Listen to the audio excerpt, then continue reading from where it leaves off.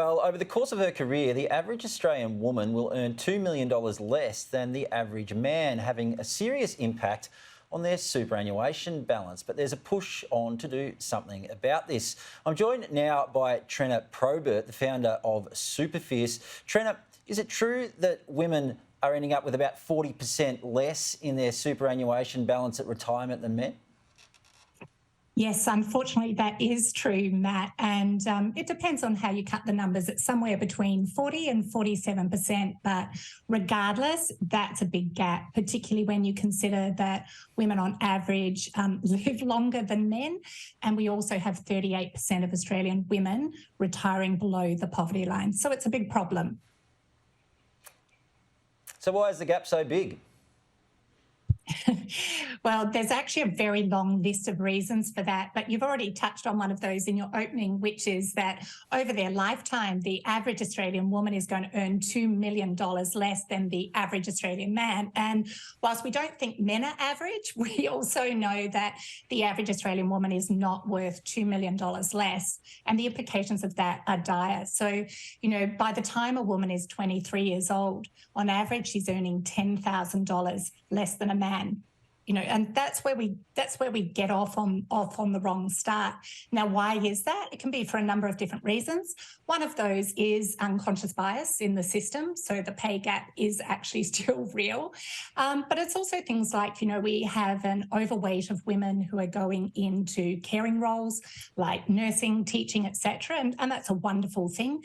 But the salaries are not commensurate with the value to society and the amount of effort that goes into that. And the list goes on and on. One of the most important ones is that, for the most part, women are still the major carers in society. And that's both with our elderly, but also in having and bringing up children. And that's where things really start to go wrong. So what can women do to close this gap?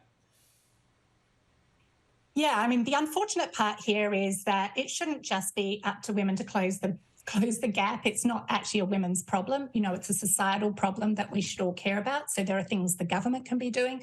There are things that employers can be doing. And as partners as well to the women who bring up our children, there are things as a partner that you can be doing as well. But, we don't want to leave that up to other people. So this is my advice to women out there if you really want to close that gap for yourself. Number one, the earlier you start paying attention to your super, the better. There's the beauty of compound interest. The more you do early in life, the better off it's going to be over time. But it's never too late. There are simple things that you can do. The first and most important thing, make sure you've only got one super fund. It's crazy how many Australians, like over 5 million Australians, have more than one super fund. And that's like having 5 different, if you've got more super funds, it's like paying for fees on something you get no additional value like. So you wouldn't have a mobile phone and have a plan with Telstra, Vodafone and Optus. It's kind of crazy, and it's the same thing.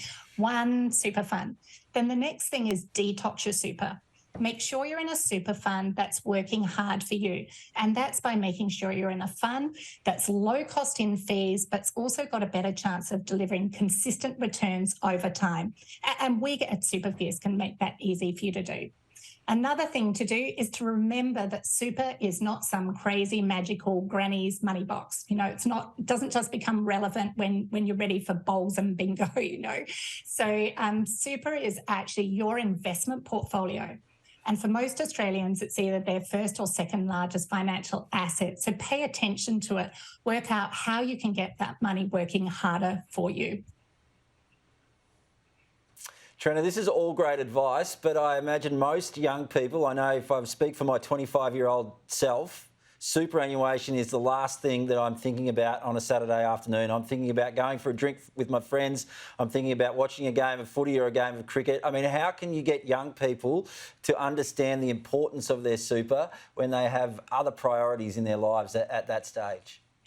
Yeah, it's the million-dollar question, really. And I just turned 50 recently, and I didn't start getting excited about super until it was probably a little bit too late for me. So that's why I'm passionate about it. Super, for people who at this time are under the age of 37, this is actually going to be your largest financial asset. That's because you're going to be accessing the property market typically later, about 35 years of age. And yes, that problem is real. Now, super is actually one way that you can do that faster. So at the moment, there are about 2 million people saving for their first home buyer's deposit in this country, but only about 8% of them would realise that there is a government scheme called the First Home Super Saver Scheme, which can help you to access your property about 30% faster. For most people, that's 2 to 3 years earlier into your property. And you also have beautiful tax effective benefits of that inside and outside of super. So if you don't care about super, work out how it can actually help you to build your wealth today, because there are lots of ways to do that. Property is one of those. Another is actually to take a direct approach to managing the investments inside your super as a way to learn about investing and start to build your wealth for yourself for the future. And the final point that I'm going to make, Matt, is that, you know, the person you are today is not very different from who you're going to be in future. You know, I'm 50 at 40, 30, 20. I didn't feel that different. The reality is that by the time you're ready to retire, you're going to have the same types of dreams, hopes, desires, fears, and the money that you have at that point is going to let you live the life that you want on your terms. But by the time you get there, it's too late. It's the things that you do today, and it doesn't take much to have a big impact on your future. Oh, it's all great advice. Trenna Probert from Super Fierce, thanks so much for joining us here today. It's a pleasure, Matt. Thank you.